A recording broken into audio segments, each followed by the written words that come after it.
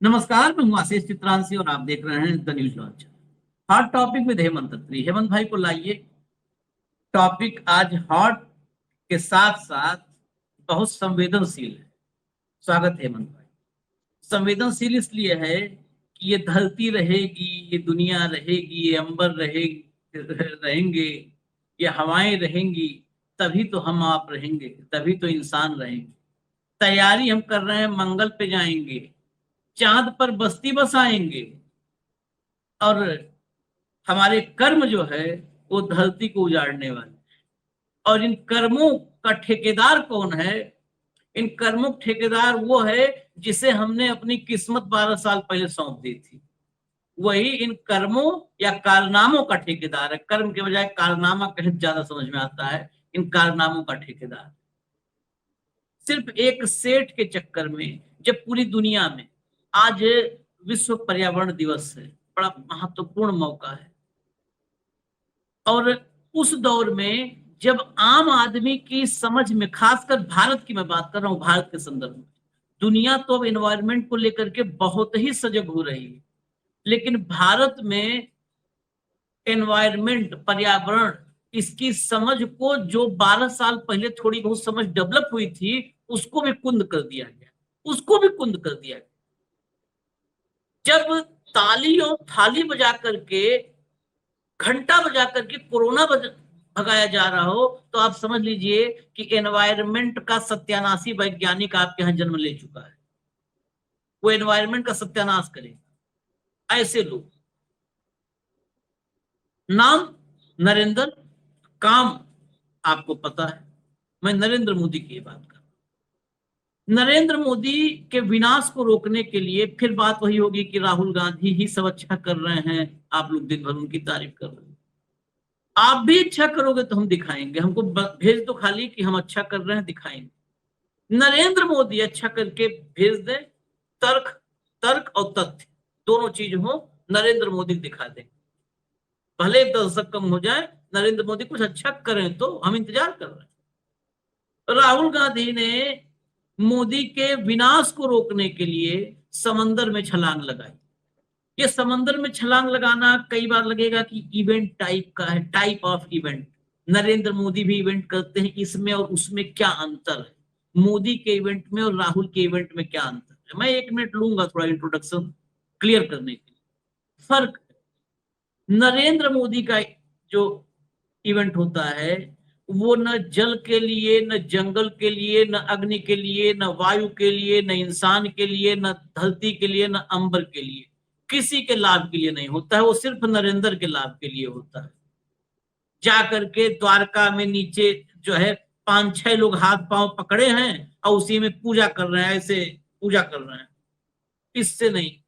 एक इवेंट वह भी होता है जो इवेंट दुनिया का ध्यान आकर्षित करता है।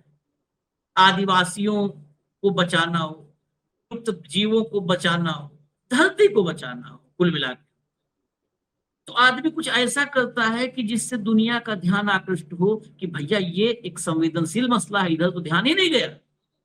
राहुल ने इसलिए समंदर में छलांग लगाई कि इधर दुनिया ध्यान जाए तो हो सकता है मोदी के पांव में बेड़ियां पड़े, वो रुके, अपने कदम रोक लें। 16 मिनट का वीडियो है। 16 मिनट के वीडियो में नरेंद्र मोदी का पूरा सच है। कैसे नरेंद्र मोदी सेठ को या सेठ के चक्कर में सब कुछ तबाह करने पर आमादा है। और अब कैंपेन भी राहुल ने चलाया है। अगर उस कैंपेन को सक्सेसफुली आप हम सब ने आगे बढ़ाया तो सेठ की दुकान का शटर लाखों लोग मिलकर गिराएंगे, ये भी मान लीजिए। अब खबर पर आ जाते हैं, फिर हेमंत भाई के साथ इस पर और आगे बढ़ेंगे। सीधा भैया लाइए, हेडलाइंस दिखा दीजिए। हेडलाइन एक के बाद दिखाते जाइएगा। Rahul Gandhi challenges great Nicobar island mega project. आगे चलिए, क्यों चैलेंज किया? ग्रेट निकोबार परियोजना का मकसद एक कारोबारी का होटल और कैसीनो खुलवाना। राहुल, कैसीनो मतलब जुआ घर खुलवाना, होटल और जुआ घर। आगे चलिए, होटल और जुआ घर के लिए काट रहे पेड़। ग्रेट निकोबार परियोजना पर राहुल ने उठाए सवाल, कहा अडानी की मदद कर रही सरकार। और अब आगे चलिए, अब ये हेडलाइन हो गई, अब हम सीधा राहुल को पढ़ेंगे। लाइए राहुल के ट्वीट्स लाइए। पहला ट्वीट, मतलब इस पर सुपर एक्टिव है राहुल। पहला ट्वीट देखिए, 2 ट्वीट किया, ये पहला ट्वीट है और मैं इस ट्वीट को हिंदी में पढ़ देता हूं। मैं भारत के सबसे दक्षिणी छोर का मैंने दौरा किया, मैं इंदिरा पॉइंट पर खड़ा रहा, मैं सदियों पुराने पेड़ों के नीचे चला, मैंने पृथ्वी पर सबसे जीवंत प्रवाल भित्तियों में गोता लगाया और वहां रहने वाले लोगों के साथ बैठा। आदिवासी समुदाय जिनकी जमीन वन अधिकार अधिनियम का उल्लंघन करके छीनी जा रही है, भारतीय सरकार द्वारा इन द्वीपों पर बसाए गए कई पूर्व सैनिक जिन्हें उचित मुआवजा नहीं मिल रहा है। मोदी सरकार और भाजपा कहती है कि ग्रेट निकोबार परियोजना रक्षा के लिए है। ये लाइन ध्यान रखिएगा, चर्चा में आगे आएगी। रक्षा के लिए है। मोदी कहते हैं कि इससे हम बहुत तगड़ा, हम मतलब डिफेंस सेक्टर में हम बहुत आगे बढ़ जाएंगे, रक्षा के लिए।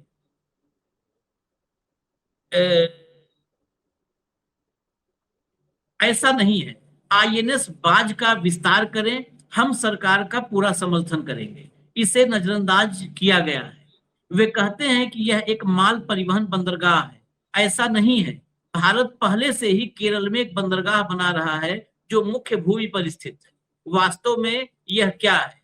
1.5 करोड़ पेड़ काटे गए, प्रवाल भित्तियों को आधिकारिक मानचित्रों से मिटा दिया गया, सैनिकों और आदिवासियों को विस्थापित किया गया ताकि एक व्यवसायी भारत की सबसे अमूल्य पारिस्थितिकी भूमि पर होटल और कैसीनो बना सके। मैंने जिन भी युवा भारतीयों से बात की है, वे सभी इस बात को समझते हैं। आप जानते हैं कि किसी भी तरह का लाभ उस चीज को नष्ट करने के लायक नहीं है जिसे कभी वापस नहीं पाया जा सकता है। मैं पारिस्थितिकी रूप से संतुलित विकास का समर्थक हूं। ये द्वीप दुनिया के सबसे असाधारण टिकाऊ पर्यटन स्थल बन सकते हैं। यही वह भारत है जिसके लिए संघर्ष करना चाहिए। ये ट्वीट उन्होंने किया, वीडियो जो अभी वीडियो का हम क्लिप दिखाएंगे, उस वीडियो को पोस्ट 16 मिनट के वीडियो को पोस्ट किया इस ट्वीट के साथ। लेकिन राहुल यही नहीं रुके कि एक वीडियो बना दिया और ट्वीट पर, फिर राहुल एक कैंपेन की तरफ बढ़ गए कि अब ये लड़ाई लड़नी पड़ेगी, और इसको रीपोस्ट करते हुए उन्होंने फिर कुछ डाला एक लिंक के साथ। वो ट्वीट लाई, ये ट्वीट देखिए। इस विश्व पर्यावरण दिवस पर मैं हर युवा भारतीय से एक सवाल पूछना चाहता हूं। आप किस तरह का भारत विरासत में पाना चाहते हैं? एक ऐसा भारत जहां कसीनो बनाने के लिए वर्षा वनों को बुलडोज कर दिया जाए, मानचित्रों से मिटा दिया जाए, आदिवासी समुदायों को उनकी जमीन से बेदखल कर दिया गया हो, और जिस हवा में हम सांस लेते हैं वह जहर बन गई हो? या एक ऐसा भारत जहां भारत की प्राकृतिक धरोहर संरक्षित हो, हमारे आदिवासी समुदाय सुरक्षित हों और प्रकृति के साथ चले, उसके विरुद्ध नहीं।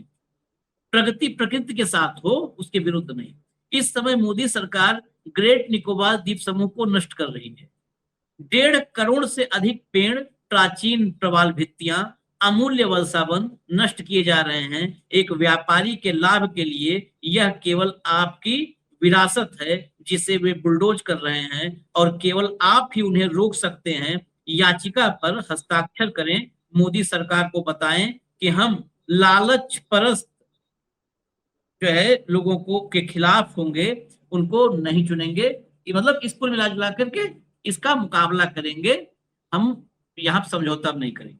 अब जो है इस कार्यक्रम में मैं पहले ही अपनी टीम से, साथियों से बोल दूं कि जो सिग्नेचर अभियान चलाया है राहुल गांधी ने, उसका लिंक डिस्क्रिप्शन में डाल दीजिए, क्योंकि वो जो है पिटीशन पर सिग्नेचर कैंपेन चलाया है कि इस देश की कुदरत को, नेचर को बचाना है कि नहीं बचाना है, आप साथ हैं कि नहीं है। तो सिग्नेचर कैंपेन का लिंक डाल दीजिए ताकि कोई दर्शक चाहे तो खट से सिग्नेचर कर पाए अपने घर बैठे। एक लिंक खोलना है, मैं बता दूंगा। अब जरा विषय पे हम रहेंगे, लेकिन विषयांतर होकर 58 सेकंड का एक वीडियो दिखाता हूं, समंदर में छलांग लगाने वाला, क्योंकि हमने लिखा है तो देख भी लीजिए।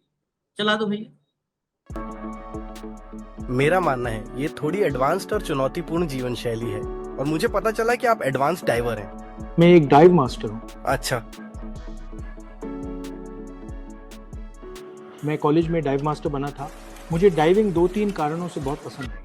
पहला कारण ये तकनीकी है। अगर आप अनुभवी डाइवर हैं तो तो आप अक्सर जोखिम की सीमा पे डाइव करते हैं, आप खतरे के काफी करीब होते हैं। मुझे इसका ये पहलू पसंद है। ये किसी दूसरी दुनिया जैसा है। मछलियां अपनी ही दुनिया में रहती हैं, हर एक का अपना अलग संसार है। वे आपस में लड़ती हैं, एक दूसरे से भागती हैं और दोस्ती भी करती हैं। ये पूरी तरह अलग दुनिया है और बेहद खूबसूरत दुनिया है।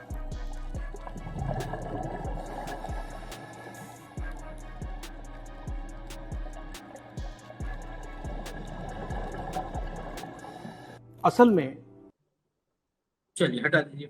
अब ये वीडियो देख के कहीं मोदी जी कंपटीशन करने ना उतर जाएं। ये डाइविंग मास्टर है, वो थ्रोइंग मास्टर है, इनसे दूर तक फेंक देंगे। चलिए अगला जो है, अगला वीडियो मुख्य, जिसमें मुख्य विषय पे बात हुई है, वो राहुल का वो हिस्सा लाए। I'm standing in the Nicobar Islands in the middle of what is easily the most beautiful forest that I've ever seen in my life. Thousands and thousands and thousands of acres of rainforest. And what is happening here is that all these trees are going to be cut with total disregard for the people who live here, with total disregard for the damage this is going to do to India's ecology. It's amazing that 160 square kilometers of this forest are being chopped up so that one businessman, Mr. Adani, can fulfill his fantasies. Just the wood here is worth lakhs of crores. And by the way, this is just the part of the forest that we were able to enter. I'd like to show you the part that we couldn't enter because it's so thick and it has so many trees.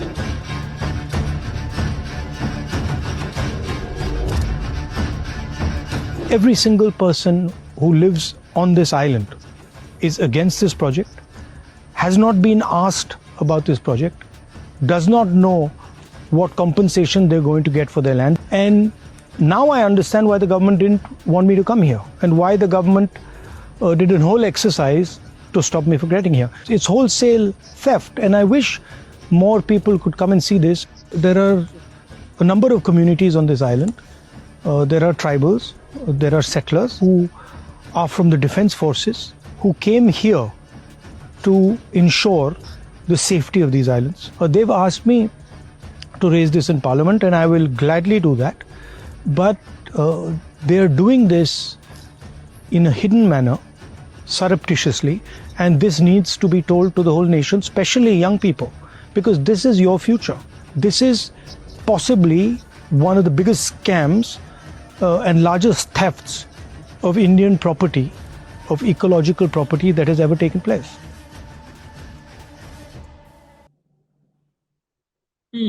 Hemant भाई, मैं तो सीधा सवाल करूंगा यही कि राहुल गांधी क्यों फिर से देशद्रोही बन रहे हैं? क्योंकि जब ये एक बार ये सवाल उठाया था, आज ये पहली बार नहीं है। अब तो पूरा वीडियो आ गया, उस पर वो जुटी गए। इसके पहले जब उन्होंने बोला था तो भाजपाई टूट पड़े थे, बोले कि देखिए मोदी जी भारत को ताकतवर बनाना चाहते हैं, डिफेंस का इतना बड़ा डिफेंस का वो करने जा रहे हैं, चीन थर थर कांपेगा, घुटने हिल जाएंगे चीन, और ये चीन से मिला हुआ है, चीन का एजेंट है देशद्रोही। क्यों मोदी जी देश को इतना ताकतवर बनाना चाहते हैं और राहुल गांधी रोक रहे हैं? हेमंत भाई, काहे रोक रहे? आशीष भाई नमस्कार, आपको सारे दर्शक साथियों को भी। आज विश्व पर्यावरण दिवस है। हम सबको सजग हो जाना चाहिए कि किस तरीके की परिस्थितियां पूरी दुनिया में पर्यावरण की, इकोलॉजी की जिस तरीके से बढ़ रही हैं, और इस बार जो अल नीनो के कारण भारत में भी सूखे का और कम बारिश का संकेत आ गए। उससे शुरुआत करते हुए देशद्रोही की जब आप बात करते हैं तो देशद्रोही तो आप उसी समय हो जाते हैं जब आप मोदी जी से कोई सवाल पूछते हैं या अडानी को लेकर के कोई चर्चा करते हैं। तो आप जिसको कहते हैं ना, आप जो कई बार कहते हो सर्टिफाइड ISO 9001, वो देशद्रोही हम सारे हैं जो भी मोदी जी से सवाल पूछते हैं। ये जो सवाल है ये कोई आज का सवाल नहीं, और बिल्कुल सही शब्द प्रयोग किया राहुल गांधी ने कि ये अडानी की फैंटासी है। 7200 करोड़ रुपया 61 स्क्वायर किलोमीटर जो है, आप सोचिए 261 स्क्वायर किलोमीटर, 161 स्क्वायर किलोमीटर कितना होता है? 161 square kilometre is 4 times the area of Delhi. Delhi से 4 गुना एरिया, अंडमान निकोबार जैसे सेंसिटिव एरिया के अंदर, बॉर्डर एरिया के अंदर। और वहां पर इनका राष्ट्रवाद की शुरुआत में ही बता दूं मैं, वहां पर आपको पता है कि ट्राई सर्विसेज कमांड का INS बाज एक एयर स्टेशन है, जो भारत की सदर्न मोस्ट, जो दक्षिण सबसे पूरी दक्षिण की वो तरफ वो है, वो हमारा हवाई अड्डा है, हवाई पट्टी है वहां पर।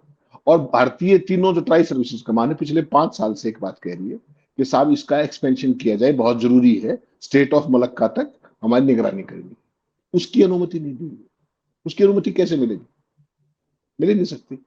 अडानी के लिए 161 स्क्वायर किलोमीटर जरूरी है, वो मिल जाएगा। उसके लिए जितनी भी क्लियरेंसेज थी एनवायरमेंट से लेकर के सारी, वो सारी खटाखट होती चली गई।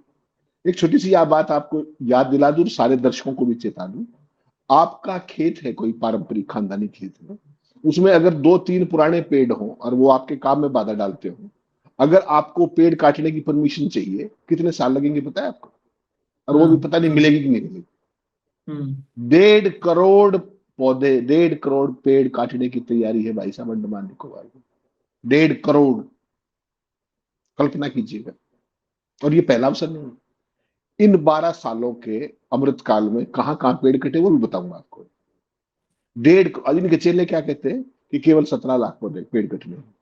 तुम ये बता दो कि पिछले 12 साल में तुमने 17 लाख पेड़ लगा दिए क्या देश के अंदर, जो तुम एक प्रोजेक्ट में काटने जा रहे हो? तुम तो एक पेड़ मां के नाम का नाटक करते फिर रहे हो। इस देश के अंदर जितने हाईवेज बने हैं, आपको पता है आशीष भाई, आप 100 मीटर भी चलते हो हाईवे के ऊपर, आप ग्रीन सेस देते हो। ठीक, ग्रीन सेस लगता है। और वो जो ग्रीन बेल्ट है उसको मेंटेन करने का काम किसका है? कंसेशनर का। देश के जितने हाईवे मोदी जी के टाइम में बने, उन पे अरबों खरबों पेड़ पौधे लग सकते हैं, जिसके हम पेमेंट कर रहे हैं। किसी एक पे लगे क्या? किसी एक पे लगे हो, वो क्यों नहीं लगे? और ये विरासत, धरोहर, पर्यावरण, अभी कैबिनेट की मीटिंग में पर्यावरण को लेकर बड़े चिंतित थे। मंत्रियों को बताया कि भाई बहुत ज्यादा गर्मी है, थोड़ा हाइड्रेटेड रहा करो, पानी पीते रहा करो। याद है ना आपको, 2 दिन पहले ब्रेकिंग न्यूज चली थी सारे पोमेरियंस के ऊपर। तो मोदी जी चिंता में थे पर्यावरण को लेकर के। और ये जो 1.5 करोड़ पेड़ कट रहे, इनकी संभवतः उनको कोई चिंता शायद नहीं। अब आपको अगर आप अनुमति देंगे तो मैं थोड़ा सा कौन कौन से विकास के नाम पर जो सर्वनाश किया है, बिल्कुल टच करते हुए आपको थोड़ा सा सारा बताइए, सारा। थोड़ा सा दर्शकों को इसकी सीरियसनेस समझ में आनी चाहिए। पर्यावरण दिवस पे हमारा भी समाज के प्रति, देश के प्रति, दुनिया के प्रति एक कंसर्न है कहीं ना कहीं, इसीलिए हम ये शो लेकर के आए। हमें राहुल गांधी के समुद्र में कूदने से ज्यादा पर्यावरण की बात है। वो तो स्कूबा ड्राइवर है ट्रेंड, वो तो कहीं भी कूद जाएंगे, कोई बात नहीं। अब दिक्कत मोदी जी को आएगी कि वो कहाँ कूदेंगे और कहाँ इवेंट करेंगे। तो ये जो पर्यावरण का मसला है आशीष भाई, ये जो हमारे चाहे जंगल हो, चाहे नदी हो, चाहे समुद्र हो, हवा हो और घर हो, हर जगह जो उसका इकोलॉजिकल बैलेंस की जिस तरीके से बर्बादी हो रही है, उसको रोकने का समय अब आ चुका है।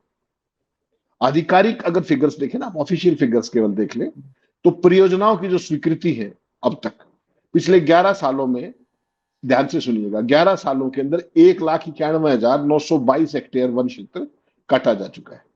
मोदी जी 12 साल से सत्ता में है, 11 साल का डेटा अवेलेबल है। 1,91,922 हेक्टेयर वन भूमि काट दिया गया। 2014 से लेके अब तक 1 करोड़ 60 लाख से अधिक पेड़ नष्ट किए जा चुके हैं।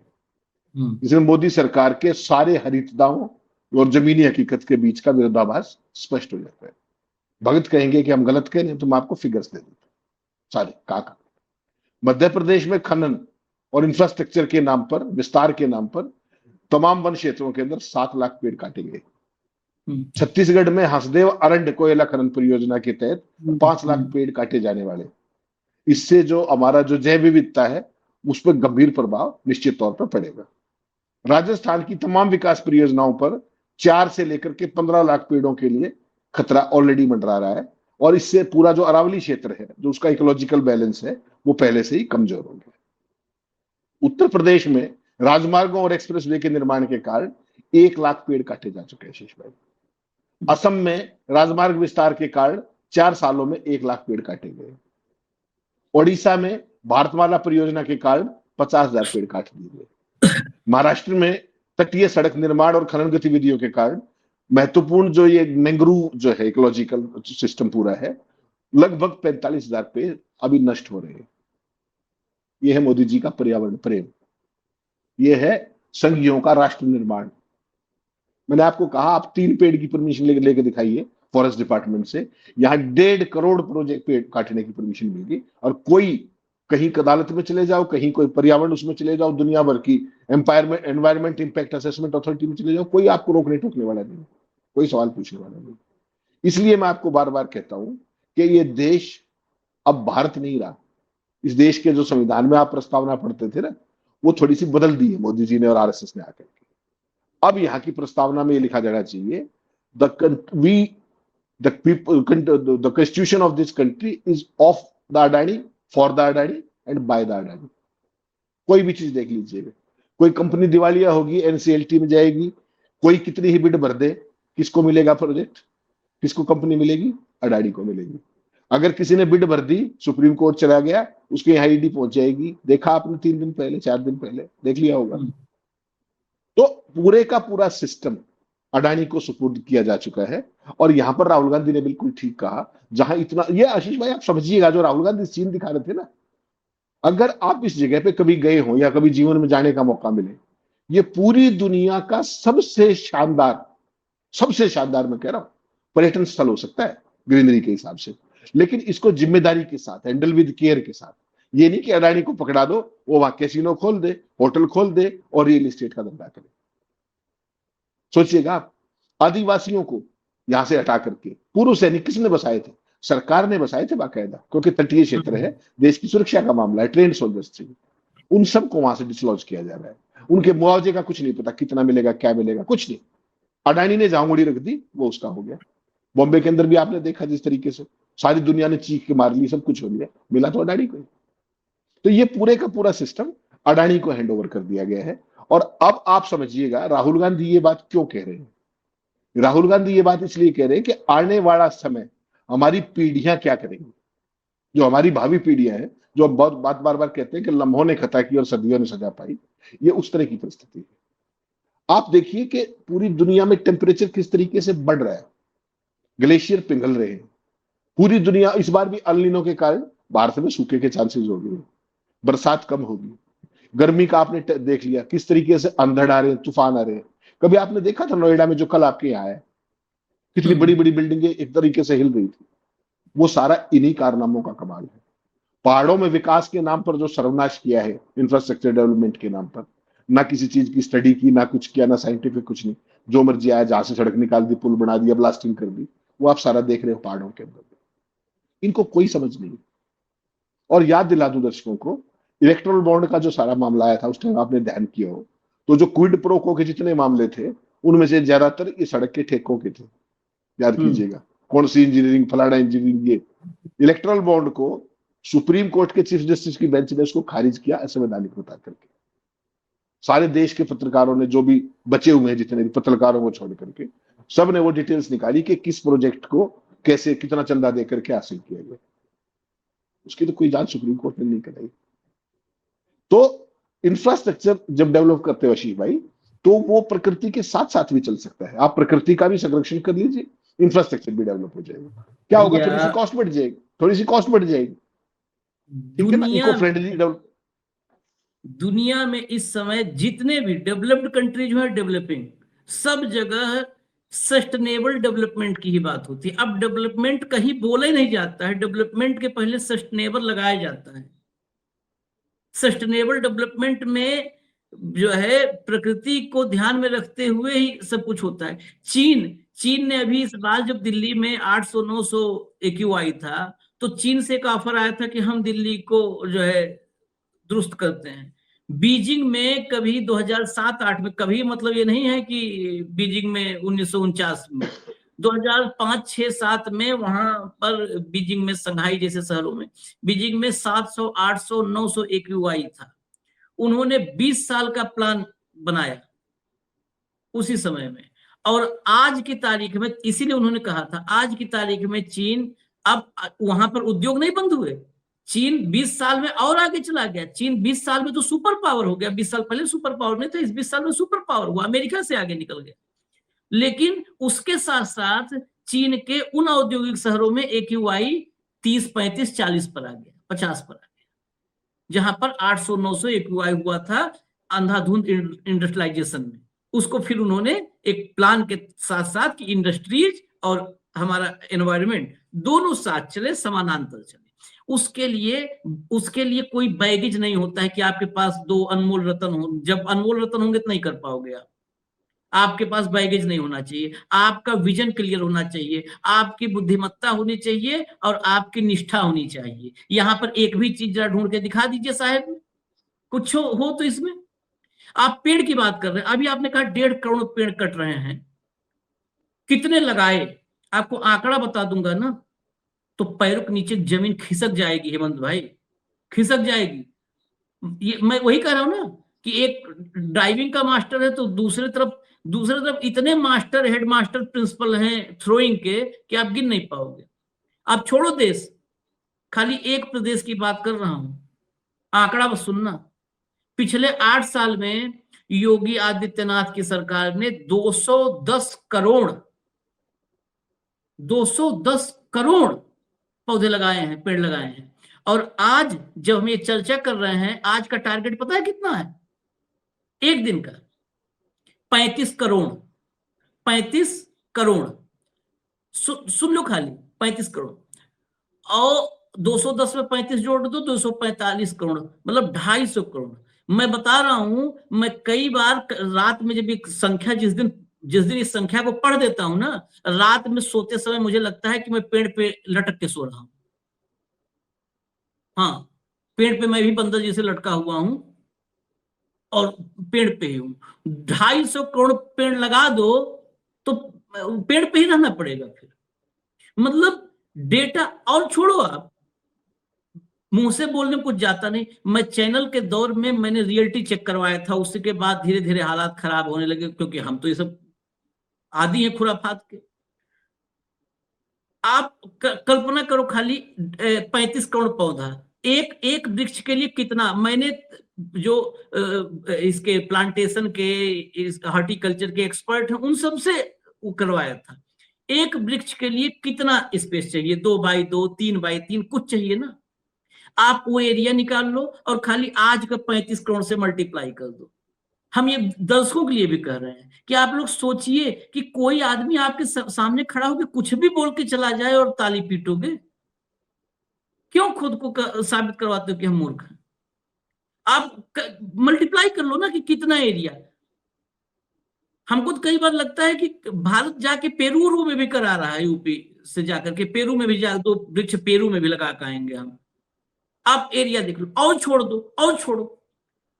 एक वृक्ष के प्लांटेशन में कितना वक्त लगता है? मैं 2-4 मिनट लूंगा, क्योंकि ये फरेब के संसार में फरेबियों को दिखाना जरूरी है। एक वृक्ष के प्लांटेशन में कितना वक्त लगता है? गिरा मरा भी होगा, मैं कह रहा हूं कि आप 1 महीने से खुदवा के रखे हो, 1 महीने से गड्ढे खुदवा के रखे हो। 35 करोड़ एक वृक्ष में प्लांटेशन करने जाओगे तो एक में उस गड्ढे में रखोगे पौधा, मिट्टी डालोगे और पानी डालोगे, यही होता है ना। मिट्टी डाल दोगे और पानी डाल दोगे। गिरा मरा 3 मिनट लगेगा? 3 मिनट लगेगा कि 3 मिनट से भी कम लगेगा? 35 करोड़ वृक्ष गुणे 3 मिनट, 100 करोड़ मिनट हो गए। ज्ञानेश कुमार ने मिनट गिनाए थे ना, पायलट से गिनने पे कितना मिनट लगे। और हम सीसीटीवी फुटेज देंगे तो कितना टाइम लगेगा देखने में, नहीं देख पाएंगे आप लोग। 100 करोड़ मिनट। कितने इंप्लॉय लगेंगे कि वो एक दिन में प्लांटेशन कर ले? गिनती बता दो, भारत की जनसंख्या हमको लगता है कम न पड़ जाए कहीं। बताओ किस लेवल पर, मतलब डेटा बोलने में सोचना चाहिए, आदमी को सोचना चाहिए। कल्पना करो आप, हेमंत भाई 80 जिले हैं, अब कितने लेवल पर हम जाए इनके? उसके 80 जिले हैं। मैं मेरे सामने खुला है आज का, मैं कहा कि आज वाला लक्ष्य देख लूं तो है कि 35 करोड़ का लक्ष्य है। 80 जिले हैं, 35 करोड़, मतलब हर जिले में 50 लाख लगा दिए। एक जिले में कितने गांव होते हैं? फिर अब हम गांव पा जाए, एक जिले में कई गांव? एक जिले में 200 गांव, मतलब 300 गांव। 50 लाख, 40 लाख पौधे लगने हो तो एक गांव कितने हो गए?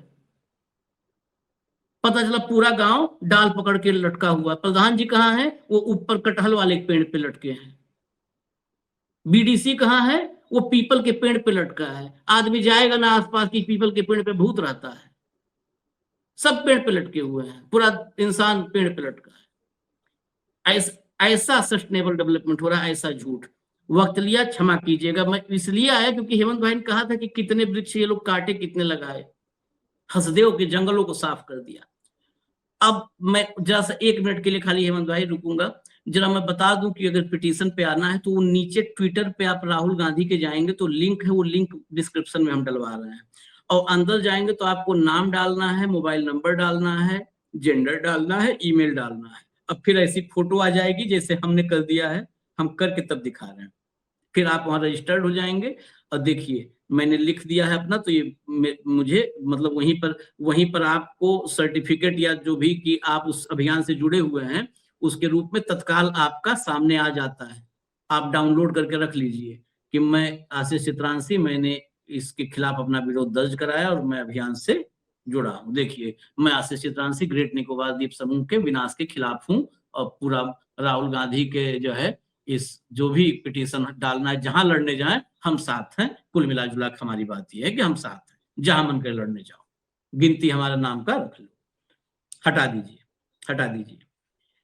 मैं मुख्य मुद्दे पे आना चाह रहा हूं, अभी बचा है, फिर वही बात है कि टाइम ओवर ज्यादा होगा, बात सुनेंगे लेकिन सुनिए मुख्य मुद्दे पे। डिफेंस की बात है ना, असली यही होगा हंगामा। आप छोड़िए पेड़ गिनवाना हेमंत भाई, असली होगा राहुल देश विरोधी है। पहली बात कि अडानी जो डेवलप करने जा रहा है, क्या वो वहां पर मतलब कोई सैन्य प्रतिष्ठान डेवलप करने जा रहा है? कैसीनो क्या करेंगे? कैसीनो और होटल ये सैन्य प्रतिष्ठान है? क्या करोगे? चीन वालों को जुआ खिला के बर्बाद कर दोगे? कैसे डिफेंस करोगे कि उससे डिफेंस मजबूत होगा? कि सारे जो है जिनपिन को बुला करके और सारे जुआरियों के साथ भिड़ा दोगे और बर्बाद कर दोगे उनको जुआ घर में? ये करोगे, कैसे होगा? जिसकी बात आईएनएस बाज की कही थी हेमंत भाई ने, आईएनएस बाज 5 साल से उसके विस्तार की मांग हो रही है, वो नहीं। राहुल ने कहा है हम बिना किसी शर्त के समर्थन देंगे, उसका विस्तार करो। उसकी उपयोगिता देखिए, मैं लिखा हुआ दिखा दे रहा हूं ताकि ये न रहे कि हम या हेमंत भाई कोई गलत बोल रहे हैं। लो दिखाओ भाई। आईएनएस बाज अंडमान निकोबार द्वीप समूह के ग्रेट निकोबार द्वीप पर कैंपबेल बे के पास स्थित भारतीय नौसेना का एक रणनीतिक हवाई अड्डा, नेवल एयर स्टेशन है। यह भारतीय सशस्त्र बलों का सबसे दक्षिणी हवाई अड्डा है, जो भारत की मुख्य भूमि से लगभग 650 समुद्री मील दूर स्थित है। मुख्य भूमि से 650 समुद्री मील दूर है और सोचिए सबसे दक्षिण का है नेवल एयर स्टेशन। आगे चलिए, इसकी इंपॉर्टेंस देखिए, इसका विस्तार करते तब हम कहते, तब राहुल गांधी भी न समर्थन करते। बताओ, देखिए यह 6 डिग्री चैनल के बिल्कुल करीब स्थित है। 6 डिग्री चैनल को समझना तो आगे देखिए, यह चैनल दुनिया का सबसे व्यस्त समुद्री मार्ग माना जाता है, सबसे व्यस्ततम समुद्री मार्ग माना जाता है। आप समझिए समुद्री मार्ग की इंपॉर्टेंस आपने देख लिया अभी होर्मुज से ना। सोचिए आप अगर वहां पर मजबूत होते तो आपके भी हाथ में एक परमाणु बम ऐसा होता जिसको कभी बनाना नहीं है और मिटाना नहीं है। कर दिया ना होर्मुज को, रूस बोलता है कि ईरान के पास ऐसा परमाणु बम है होर्मुज। मलक्का, इसके जरिए मलक्का जलडमरू मध्य से गुजरने वाले जहाजों पर नजर रखने को था, सब आप रख सकते हो पूरा उस पर। आगे चलिए, आगे चलिए, तन से लाइए भाई, तन से, समय कम है, लाइए। मुख्य कार और परिचालन क्षमता, यह डोर्नियर विमानों और यूएवी ड्रोन के माध्यम से हिंद महासागर क्षेत्र में हवाई निगरानी सुनिश्चित करता है। पनडुब्बी ट्रैकिंग, बंगाल की खाड़ी और अंडमान सागर में विदेशी जहाजों और पनडुब्बियों की गतिविधियों पर पैनी नजर रखता है। देखिए अंडमान सागर, बंगाल की खाड़ी, सारी जगह इससे है। आपदा प्रबंधन, आपातकालीन स्थितियों, चिकित्सा, निकासी और समुद्री खोज और बचाव अभियानों में महत्वपूर्ण भूमिका। इसका विस्तार आईएनएस बाज का क्यों नहीं हो रहा है हेमंत भाई? क्योंकि इसी पर राहुल को घेरा जाएगा, इसी पर राहुल को घेरा जाएगा, ये देशद्रोही। अडानी का विस्तार जरूरी है, बाकी तो डिफेंस का तो कर ही दिया सारा विस्तार।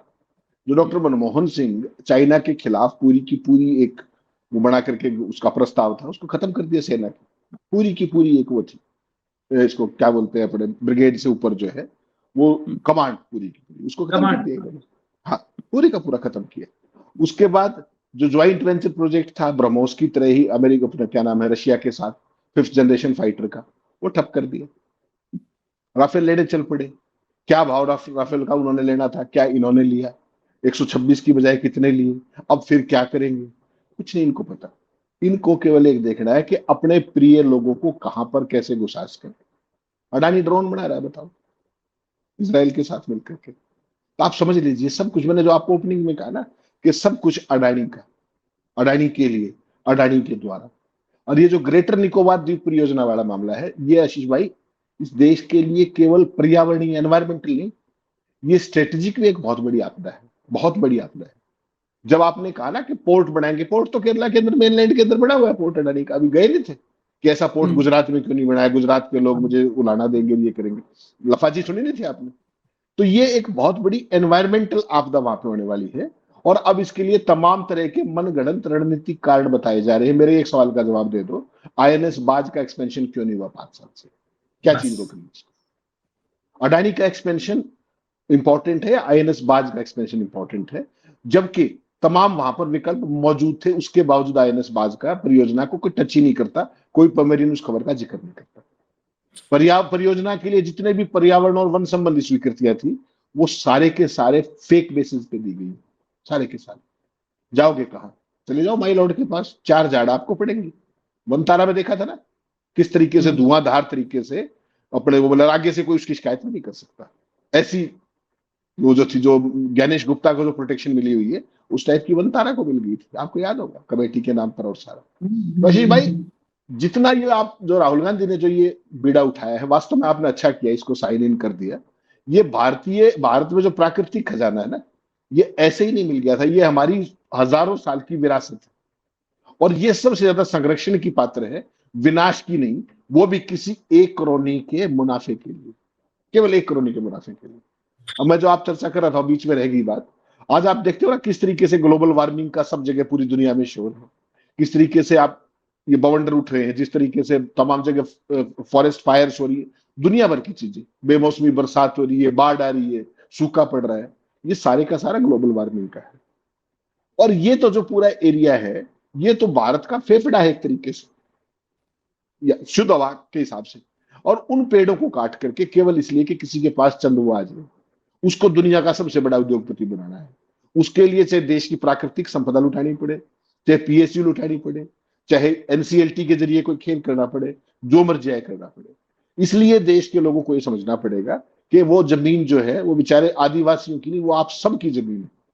इसलिए मैंने कहा कि कभी मौका मिले तो वहां जरूर जाइएगा। रिस्ट्रिक्टेड एरियाज काफी हैं उस एरिया के अंदर, हर जगह नहीं जा सकते, लेकिन जो वास्तव में प्रकृति जो होती है, इकोलॉजिकल बैलेंस क्या होता है, वो आपको जाकर के वहां समझ में आएगा। और मोदी जी को इन चीजों से कोई मतलब नहीं है, उनको तो केवल किसी भी सूरत में अडानी को नंबर 1 दुनिया का बनाना है। जैसे भारत को विश्व गुरु बना दिया ना, कुछ कसर तो नहीं बची होगी।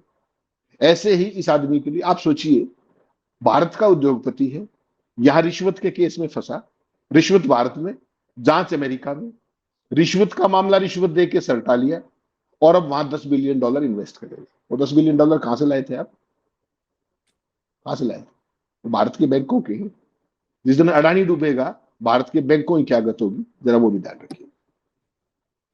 तो बहुत बुरी गत होनी है, उसकी आशंका चारों तरफ है। और उस निकोबार में प्रकृति के साथ आदिवासियों की बात कई बार हेमंत भाई ने कही।